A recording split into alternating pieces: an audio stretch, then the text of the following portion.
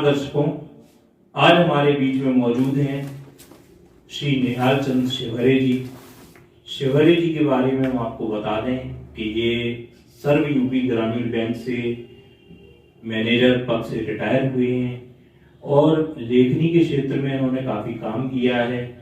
कथाएं लिखते हैं, पटकथाएं लिखते हैं, कहानियाँ और बच्चों के लिए काफ़ी कार्य कर रहे हैं। इन्होंने एक जापानी विधा है हाइकू को इन्होंने हिंदी में रूपांतरित करके और हाइकू के माध्यम से अपनी पहचान बनाई है। बुंदेलखंड ही नहीं, देश ही नहीं, विदेशों तक में इनकी कविताओं का प्रसारण हो चुका है और कई मंचों को इन्होंने अपनी कविताओं के माध्यम से सुशोभित किया है। ऐसे साहित्यकार, ऐसे साहित्य के सृजनकर्ता आज हमारे बीच में मौजूद हैं श्री निहाल चंद शिवहरे जी। नमस्कार। नमस्कार।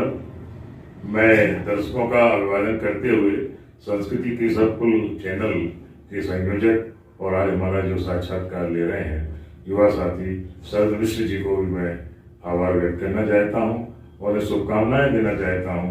उन्होंने एक नया चैनल के माध्यम से साहित्य के प्रति उनके मन में जो भाव था, उनकी पारिवारिक पृष्ठभूमि भी साहित्य की रही है। आपकी माताजी श्रीमती बेतुता मिश्रा मानी हुई बुंदेली साहित्य में और हिंदी साहित्य में बहुत बड़ा नाम है। आप उनके पुत्र हैं और केशव कुल, जो केशव कवि जो उठा के रहे हैं उस कुल से आपका संबंध है। इसलिए ऐसे व्यक्ति द्वारा साक्षात्कार लेना मेरे लिए बहुत ही गौरव की बात है। मैं उनको पुनः धन्यवाद देता हूँ और उनके भविष्य के लिए शुभकामनाएं देता हूँ। धन्यवाद आपका शिवहरे जी। तो हमारे साथ में निहाल चंद शिवहरे जी हैं, उनका साक्षात्कार शुरू करते हैं। जैसा कि आपको मालूम है, ये सर्व यूपी ग्रामीण बैंक से मैनेजर पद से सेवानिवृत्त हुए हैं।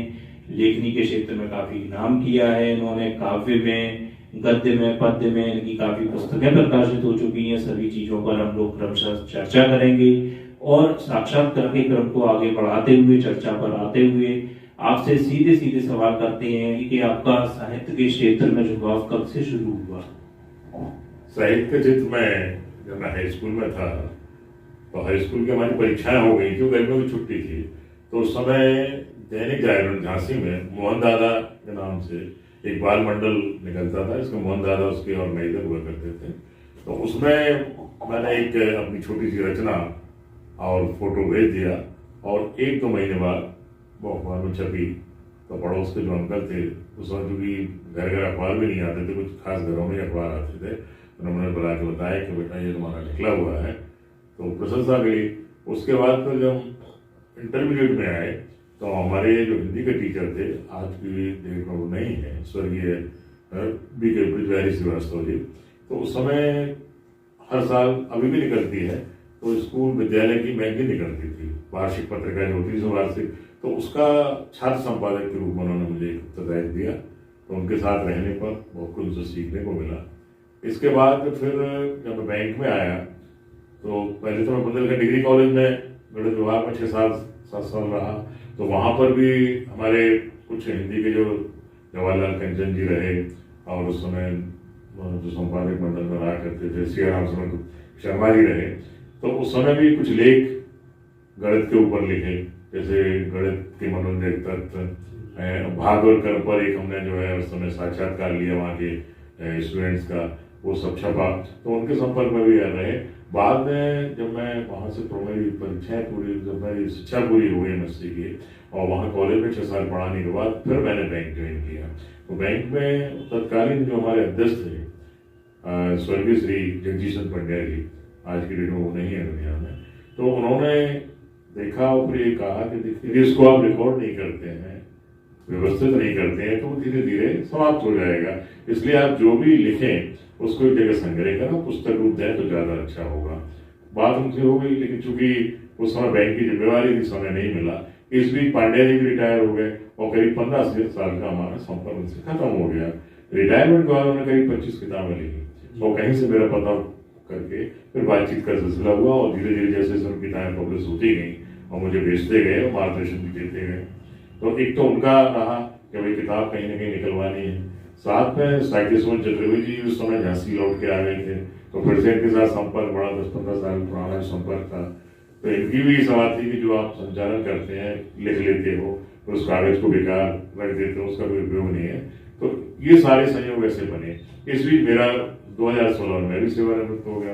तो जो काम चलता रहता था बैंक में, उसमें एक संकल्प पत्रिका निकली, उसका भी संपादन का हुआ। हिंदी विभाग के जो काम होते थे उसकी जो रिपोर्ट जाती थी, या कहीं कोई कार्यक्रम का संचालन करना, तो ये सारी चीजें जोड़ करके उसका जो रूप आया है सेवानिवृत्ति के बाद जो पर्याप्त समय मिला, और झांसी की जो हमारी स्थानीय जितनी भी संस्थाएं हैं उनमें आना जाना शुरू हुआ। तो ये सारे काम। बहुत ही रोचक जानकारी आपने दी। आपसे जानना चाहेंगे कि आप जापानी विधा हाइकू आपने बहुत लिखा हुआ है, और हमारे दर्शक लोगों के बीच में हाइकू विधा कम पहुंच पाई है। कुछ भी कारण रहा हो, उनका जुड़ाव कम रहा हो, या इस विधा को नहीं समझ पाए, तो आप हाइकू विधा के बारे में थोड़ा हमारे दर्शकों को बताइए। वो जानना चाहते हैं कि क्या है ये विधा। देखिए, हाइकू विधा तो वैसे कहा जाए भारतवर्ष की विधा है। जब बुद्धम शरणम गच्छामि जिस समय हमारे यहाँ चलता था, तो आपस में लोग बैठ करके उस समय बातचीत कम से कम किया करते थे। जैसे SMS होता है ना, इस तरह से कम शब्दों में बात की जाती थी। तो उस समय जो रचनाएं लिखी जाती थी वो 5-7-5 का उसका होता था। उसमें अर्ध मात्राएं नहीं गिनी जाती थी, मात्राएं नहीं गिनी जाती और अर्ध शब्द नहीं गिने जाते हैं। पूरा 5 वर्ण देते हैं। हाँ, 5-7-5 का एक उसका वो होता है। लेकिन उसका क्या हो, जैसे हमारे देश की परिस्थितियां रही, मुगलों का राज रहा, तो आपने बताया कि 5-7-5 की ये जो विधा होती है, तो इसी से लिखा जाता है। देखिए, हाइकू जो है पहली विधा है इसमें, जो हाइकू 5-7-5 है। लेकिन लोग इसे जापानी भले ही कहते हैं, लेकिन माना जाता है कि हमारे यहाँ बौद्ध धर्म, क्योंकि हमारे यहाँ आक्रांताओं ने आक्रमण किया, मुगलों ने किया, अंग्रेजों का राज रहा, तो यहाँ के जो भी बौद्ध धर्म के लोग थे जापान चले गए, इंडोनेशिया चले गए, मतलब भारत से बाहर चले गए, और समय गुजरता गया और ये विधा वहीं से लौट करके फिर भारत में आई है। तो अब इसको हम लोग जो है हाइकू विधा के नाम से, जापानी विधा के नाम से जाना जाता है। तो सब 5-7-5 तो केवल सिंपल हाइकू होता है। हाइकू के अलावा उसमें सुडोका लिखे जाते हैं, उसमें 5-7-7 का होता है। ताका लिखा जाता है, हाइगा लिखा जाता है। हाइगा में क्या होता है, एक कोई चित्र बना हुआ है, उस चित्र पर यदि आप हाइकू लिखते हैं तो वो हाइगा बन जाता है। हाइकू क्या होता है, जैसे आप कहीं तीर्थ यात्रा पर गए, कहीं प्राकृतिक दृश्य पर गए, देखा आपने, वो आपके मन में जो विचार आया, आपने पूरा सीन देखा और उसके मन में आपके अंदर, मतलब अंतर भावना में कुछ ऐसा अलग से जो आपको महसूस होता है, वो यदि हाइकू में आप प्रस्तुत कर दें तो आपका वो जो है हाइकू का हाइकू बन जाता है। तो हाइकू का आप कुछ उदाहरण देकर हमारे दर्शकों को समझा सकते हैं क्या, कि ताकि ये विधा उनके दिमाग में अच्छे तरीके से पहुंचे और वो अच्छे से समझ। देखिए, हाइकू जो मैंने लिखे हैं मैं आपको सुनाना चाहूंगा। और इस विधा में एक मैं आपसे कहना चाहूंगा कि मुझे कुछ ऐसा सहयोग भी रहा कि बुंदेली में हाइकू लिखे, कुछ मैंने हाइकू लिखे। तो एक तो पहले बुंदेली का हाइकू, और इस समय राम प्राण प्रतिष्ठा हुई है भगवान की, तो इस समय भगवान की भी जैसी वो रही कि 50 हाइकू मुझसे उस पीरियड में लिख गए हैं। तो मैं कुछ खास, जितना आप समय नहीं उस हिसाब से मैं आपको बताऊंगा। तो पहले तो आप बुंदेली के हाइकू सुने। जी अवश्य। जुनैया तरे जुगिया खेले जनी झीका बजावे, ये 5-7-5 का कॉम्बिनेशन है। दूसरा है ओढ़नी ओढ़े अटाई पे आड़ में अच्छत मोड़ी। अरे वाह। ओढ़नी ओढ़े अटाई पे आड़ में अच्छत मोड़ी। अब मैं भगवान राम पर, जो राम की कृपा से लिखे गए हैं, हम तो क्या लिख सकते हैं उनके ऊपर, लेकिन उनकी कृपा से ही जो भी काम हो रहे हैं सब राम की कृपा से ही हो रहे हैं। हुई वही जो राम ने सुनाया था, और उन्हीं की कृपा से ही कुछ राम पर हाइकू लिखने का प्रयास किया हुआ है। राम में वातावरण हो उसके लिए कुछ मैं सुनाता हूँ, और जहाँ आपको लगे कि ज्यादा हो गए तो वहां आप थोड़ा इशारा कर दे तो वहीं बंद मैं कर दूंगा। अरे आप सुनाइए। चित्र व मूर्ति समन्वय निखरा वाल स्वरूप जी, ये पूरा एक हाइकू हो गया। अयोध्यापुरी त्रेता व कलयुग में धन हुई। अयोध्यापुरी त्रेता व कलयुग में धन हुई। उजली घोर विश्व बंदित ढोर भाव विभोर। जन जन है दर्शनों की आस में, जन है दर्शनों की आस में भाव विहर। अभूतपूर्व विराजे गए प्रभु बालक राम। प्राण प्रतिष्ठा वैदिक मंत्रोच्चार, नव श्रृंगार, जी नव श्रृंगार, नव प्रभात, चेतना का प्रभाव, भक्ति का भाव, अमृत काल, कृपालु महाकाल, कलयुग में। कुछ और है, आत्मा झंकृत, आत्मा झंकृत, मन आनंदित है, भाव में हल, अवधपुरी, राम की जय जय, क्षितिज तक, भावों से भरा अवध में बंधन, रघुनंदन, अयोध्या में विश्व सिमट आया, अयोध्या में विश्व सिमट आया, राम की माया, राम की माया, श्याम वर्ण, अलौकिक अलौकिक है रूप, दिव्य स्वरूप, राम श्याम वर्ण, अलौकिक है रूप, दिव्य स्वरूप। सरयू घाट, सरयू घाट, संतन की आसक्ति, राम आएंगे, राम आएंगे, झंकृत हुए मंगेश चौक पर, झंकृत हुए मंगेश चौक पर, बीड़ा के तार, प्रकाशमान चिरागों की कतार, भक्ति का ज्वार, प्रकाशमान चिरागों की कतार, भक्ति का ज्वार, गुंजायमान श्री राम जय घोष, सरयू तट, राम की पैड़ी, श्री राम का उद्घोष, गुंजित व्योम, गुंजित व्योम, शंख की ध्वनि, सामवेद के मंत्र, धार्मिक तंत्र, धार्मिक तंत्र, अनादिकाल, सबरी जैसी भक्ति, पधारे राम, पधारे राम, कलयुग में गिलहरी का मान, राम कृपा से, राम कृपा से। और भी बहुत है, लेकिन समय की, कुछ समय की पाबंदी भी होती है, जी। हमें आगे भी अपने जो विचार हैं, जो अपनी वो साक्षात्कार से आगे हम बढ़ाते हैं। आपकी कुछ पुस्तकें प्रकाशित हुई हैं जिसमें भावों के पंख, मेरी ज्ञापन लघु कथाएं, गुफ्तगू इत्यादि। तो गुफ्तगू जो पत्रिका है वो प्रयागराज से निकलती है और 22 सालों से निकल रही है। तो उस गुफ्तगू पत्रिका में एक परिशिष्ट उन्होंने निकाला है जिसमें करीब 40 पेज मेरे कविताओं को शामिल करके उन्होंने उस पर व्यक्तित्व और कृतित्व पर प्रकाशित की है। तो ये त्रैमासिक पत्रिका है कि निकलती है लगातार। और ये जो मेरी ज्ञापन लघु कथाएं, तो इसके बारे में आपकी सबसे पहली प्रथम पुस्तक आपकी कौन सी निकली? मेरी पहली पुस्तक भावों के पंख। अच्छा। ये भावों के पंख है जो शारदीय प्रकाशन लखनऊ से प्रकाशित हुई है जी। इसमें मेरी 90 कविताएं हैं और बाकी हमारे जो साहित्यकार लोग उनके विचार भी इसमें हैं। जी। और कोई इसके अलावा भी आपने कुछ संपादन का कार्य? एक क्या था कि विश्व मैत्री मंच में मैं प्रांतीय अध्यक्ष था, तो उससे 2 साल में प्रांतीय अध्यक्ष रहा। तो अभी बीच में जब अमृत काल आया तो हम लोगों ने प्रत्येक दिन कोई ना कोई कार्यक्रम होता था। तो 15 अगस्त से लेकर 26 जनवरी तक निरंतर हम लोगों ने कार्यक्रम किए जो अमृत काल यानी उन वीरों के ऊपर थे जो अज्ञात थे, जिनके कोई लोग जानकारी नहीं थी। तो उसमें अपने अलग अलग साहित्यकार प्रतिदिन उसमें एक जवाब दिया जाता था, उसमें वो आते थे उनके विचार, उनको संकलन करके तो एक वो पत्रिका निकाली गई, उसका संपादन मैंने किया। और ये हाइकू के लिए जिनका बहुत बड़ा नाम है डॉक्टर मिथिलेश दीक्षित, लखनऊ की है, तो उनके ऊपर एक किताब पब्लिश हुई है। उसमें 3 लोगों ने मिलकर संपादन किया है और नाम है किताब का तेजस्वी, तो उसका संपादन भी मैंने किया है।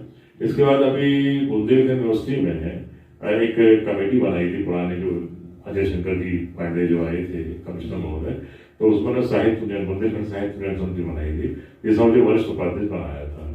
तो उसमें एक पुस्तक निकाली थी कि हमारी जो बुंदेलखंड साहित्य उन्नयन समिति ने साल भर में क्या काम किया है, एक लघु पुस्तिका के रूप में निकाला है।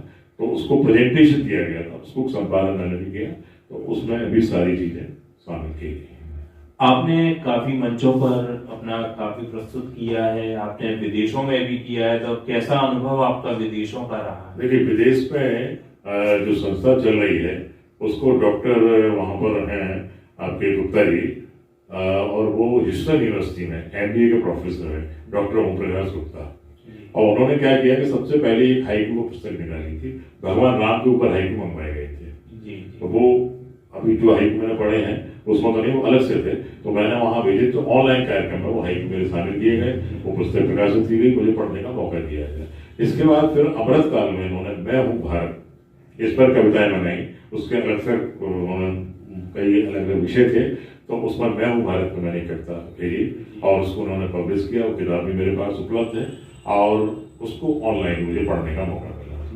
तो वहां पर अभी कुछ दिनों पहले उन्होंने नई ओम करके ओम विधा प्रारंभ की है जी। ओम नाम से। तो उसमें जब हम वो लिखते हैं 1 2 3 4 करके, तो वो ओम टाइप पूरी कविता लिखने पर ओम बन जाता है। अच्छा। उससे पहले में एक शब्द जैसे हे राम, फिर तीसरा तुम्हारा, उसमें भी आधा शब्द नहीं गिरा। तो इस तरह से पूरा लिखते हैं तो वो ओम। और कुछ लोगों ने तो ये तक कहा कि वो विधा में जिन्होंने लिखा और उसमें जो अपने मस्तिष्क का जो एक्सरसाइज हुई है उससे कई छोटे मोटे रोग भी लोगों के ऐसा अनुभव लोगों का आया है। नहीं, ये तो होता है। और वो बहुत काम वहां कर रहे हैं और उनकी हर साल एक दाबिना लोक कथाओं पर भी एक कार्यक्रम किया था और देशभक्ति पर भी किया, राम वाले वातावरण में किया। तो वहां हमने ये देखा कि बाहर जितने भी लोग हैं उन्हें अपने देश की संस्कृति के प्रति बहुत लगाव है, जिसको जहां भी संभावना दिखती है वो देश के लिए, हिंदी के लिए काम कर रहे हैं। अच्छा, आपने हाइकू के बारे में बताया, हाइगा के बारे में बताया, आपने कुछ दोहे भी लिखे हुए हैं, तो दर्शकों को आप कुछ अपने दोहे भी सुना सकते हैं क्या? हाँ, मैं दोहे आपको सुना रहा हूँ। अभी आपने देखा था कि हम लोगों ने प्रकृति के साथ खिलवाड़ किया है और उसके जो परिणाम निकले, तो आपने देखा होगा टीवी पर बहते हुए मकान, बहती हुई कारें, असहाय सरकारें। तो जी, बिल्कुल ऐसा लग रहा था जैसे प्रलय का भी दृश्य सामने हो। बिल्कुल, तो काफी बाढ़ वगैरह आई, काफी ये जो माहौल बना, काफी वातावरण खराब हुआ, इस वजह से सुनाइए। तो मैंने उस पर दोहे कुछ लिखे हैं, कुछ ऐसे भी दोहे लिखे कि बरसात के मौसम में मन में क्या होता है वो भी लिखा है। सारी चीजें घने मेघ बरसे नहीं, घने मेघ बरसे नहीं, मन हो गया हताश, पादप काटे आपने, सोचा नहीं विनाश, सोचा नहीं विनाश। बदली बरसे जोर से, बदली बरसे जोर से, चहुं ओर तूफान, जल बहाव से सरित में नित आ रहा उफान, नित आ रहा उफान। सावन में होने लगी, सावन में होने लगी अपनों की मनोहार, सौंधी सौंधी गंध से उपजे मन में प्यार, उपजे मन में प्यार। जल प्रहार से दरकते, जल प्रहार से दरकते पर्वत खंड विशाल, प्रलय काल के सामने मानव है बेहाल, मानव है बेहाल। तपे धरा जल के बिना, इसमें दोनों पक्ष लिए हैं, जब अतिवृष्टि होती है और सूखा पड़ता तब भी। तपे धरा जल के बिना होए खेत वीरान, सूखेंगी नदियां सभी, होगा दुखी किसान, होगा दुखी किसान। पेड़ धरा की शान है, हमको हो ये ज्ञान, ये जीवन चल अचर के इनका रखिए ध्यान। सूख गए झरने सभी, सूखे सब तालाब, जंगल सब गायब हुए, अब क्या पास जवाब। एक और समय को देखते हुए, बरसेंगे बादल सभी, चातक को थी आस, सूखा सावन हो गया, बुझी नहीं है प्यास, बुझी नहीं है प्यास। बहुत सुंदर दोहे आपने प्रस्तुत किए और हमारे चैनल के माध्यम से, संस्कृति केशव कुल के माध्यम से आपकी ये पूरी वार्ता प्रसारित हो रही है, जो आपका साक्षात्कार है। कोई ऐसी चीज जो आप दर्शकों के लिए संदेशप्रद हो, कोई ऐसी आपके हाइकू हो या कविता हो या कोई आपका गद्य पद्य कुछ ऐसा हो, तो आप प्रस्तुत कर सकते हैं। अभी आपने दर्शकों के लिए संदेश देने की बात कही है, तो मैं नई पीढ़ी के लिए कहना चाहूंगा जो इस क्षेत्र में आना चाहते हैं, जिनके मन में साहित्य की अभिरुचि है और साहित्य के क्षेत्र में आगे बढ़ना चाहते हैं, तो मैं उनसे ये कहना चाहूंगा कि पहले तो वे अध्ययन करें। हमारे यहाँ के जितने भी साहित्यकार हुए जिनका बहुत बड़ा नाम है, अब तो हमें ई बुक भी मिल जाती है, लाइब्रेरी हम जा सकते हैं, तो पहले उनका अध्ययन करें।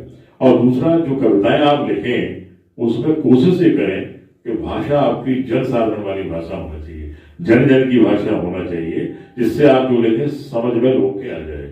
आप उसमें क्लिष्ट शब्दों का उपयोग करेंगे और ये शो करना चाहेंगे, अपना पांडित्य यदि हम दिखाना चाहेंगे भाषा में, तो शायद उसको इतनी मान्यता ना मिल पाए। इसलिए सरल से सरल भाषा का उपयोग करें, जन जन की भाषा का उपयोग करें, जिससे आपकी बात भी जन जन तक जाए।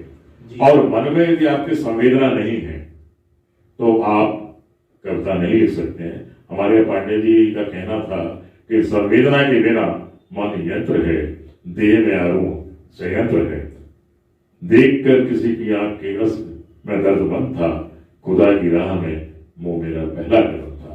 तो संवेदना बहुत जरूरी है। इस पर मैं अपनी एक छोटी सी कविता संवेदना प्रस्तुत कर रहा हूं। जी। किसी की आंख के अश्क, किसी की आंख के अश्क, बंजर खेतों की सूखी मेड़, पलायन करते खेतीहर मजदूर, सड़क पर घायल अजनबी, भीख मांगते हुए नौनिहाल, कचरे के डिब्बे से भोजन की आस में व्याकुल विक्षिप्त, घायल बेटे के लिए रक्त की मांग करती बूढ़ी मां, प्रसव पीड़ा से व्याकुल, समाज के भेड़ियों के पापों से निवृत्त होने को आतुर अवसक्त महिला, वाहन से घायल मूक प्राणी, ऐसी व्यथा गीतकार लिखे नहीं, चित्रकार उकेरे नहीं, कथाकार कहे नहीं, समाचार छापे नहीं, तो समझो समाज की धड़कन बंद है, समाज की धड़कन बंद है। मानवता के लिए हृदय में स्पंदन नहीं, तो समझो हम धरा पर संवेदनाओं से सून मृत प्राणी हैं, मृत प्राणी हैं, जिन्हें प्रकृति बोझ होते हुए ढो रही है, ढोती रही है, ढोती रहेगी। बहुत खूब, आपने बहुत अच्छा संदेश दिया। और नवांकुर जो कवि हैं, जो साहित्य के क्षेत्र में रुचि रख रहे हैं, साहित्य में आना चाह रहे हैं, तो उनको भी आपने अपने संदेश के माध्यम से बताया है कि आपके अंदर आपको संवेदनशील होना ही पड़ेगा। अगर आपको कवि बनना है, लेखक बनना है, साहित्यकार बनना है, तो सबसे पहले आपको अपना मन है, अपने मन को एकाग्र करके उसमें दयालुता भी लानी पड़ेगी और भावना प्रधान आपको होना पड़ेगा। जैसा आप देखें, जैसी भावनाएं आप में उमड़े वो आप लिखें और वही आप जनमानस के सामने अपने श्रोताओं को सुनाएं, तो तभी आप एक अच्छे साहित्यकार, अच्छे कवि बन सकते हैं। बहुत अच्छा आपने संदेश दिया, धन्यवाद आपको। और कोई ऐसी कविता जो आप सुनाना चाहते हो? मुड़ेर, मैंने सुना आपकी एक कविता काफी लोकप्रिय रही है, मुड़ेर, तो आप मुड़ेर के बारे में कुछ बताइए। मुड़ेर कविता मैं आपको सुनाना चाह रहा हूं। बचपन से अब तक छत की वह मुड़ेर मुझे याद आती है, मुझे याद आती है। मुड़ेर मेरी छत की है, मुड़ेर मेरी छत की है, यह तेरी यादों के साए की है। आज तक ये मैं समझ ना पाया, आज तक ये मैं समझ ना पाया, मुड़ेर से कभी तुम्हें क्यारियों में पानी देते, पंछियों को दाना डालते, बकरी के बच्चे को दुलारते, सूप में गेहूं फटकारते, आंगन को लीपते, गोबर के कंडे थापते, सूर को अर्घ देते, गीतों को गुनगुनाते, चुपचाप में देखा करता था। तब लगता था मानो सब कुछ पा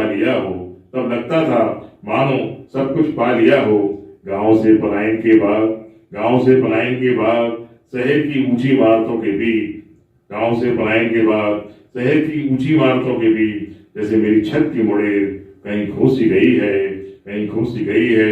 मैं इस शहर में अजनबियों के बीच तुम्हारी यादों का पन्ना जो कभी मुड़ेर पर अपने मन के पृष्ठ पर लिखा था, आज तक भुला नहीं पाया हूँ। काश बचपन से जवानी की वो मुड़ेर फिर से अपने आंगन में दोहराओ। मैं अपनी मुड़ेर से वही मंजर को पुनः महसूस कर सकूं। बहुत अच्छी कविता आपने सुनाई, मुड़ेर, और वास्तव में भाव विभोर हो गए हम। और बहुत अच्छा लगा आपका हमारे चैनल में आना। आप हमारे चैनल में आए, संस्कृति के चर्चा चैनल को आपने अपना अमूल्य समय दिया, इसके लिए हम आपका आभार व्यक्त करते हैं। और हमारे चैनल के लिए अगर आप कोई 2 शब्द कहना चाहें तो आप एक बात रख सकते हैं। आपके प्रयासों को नमन करते हुए चैनल की सफलता के लिए मैं चंद पंक्तियां आपने कहना चाहूंगा कि जो हमारी और आपकी दोनों की आशाएं हैं, साक्षात्कार जिसका लिया जाता है और साक्षात्कार जिसके द्वारा लिया जाता है, उन दोनों के लिए और आपका जो केशव नाम से बहुत सुंदर नाम जुड़ा हुआ है कि मेरी कल्पना तेरी आशा मिलकर बने नई परिभाषा। स्वाति की बूंद की चाह में चातक रहे अब क्यों प्यासा, अमृत कलश की चाह में पूर्ण हो सिंधु मंथन अभिलाषा, पूर्ण हो सिंधु मंथन अभिलाषा। धन्यवाद, दर्शकों का भी धन्यवाद, आपका भी धन्यवाद। हमारे बीच में थे अभी निहाल चंद शिवहरे जी, इनका हमारे चैनल में आने के लिए धन्यवाद, हार्दिक आभार, धन्यवाद।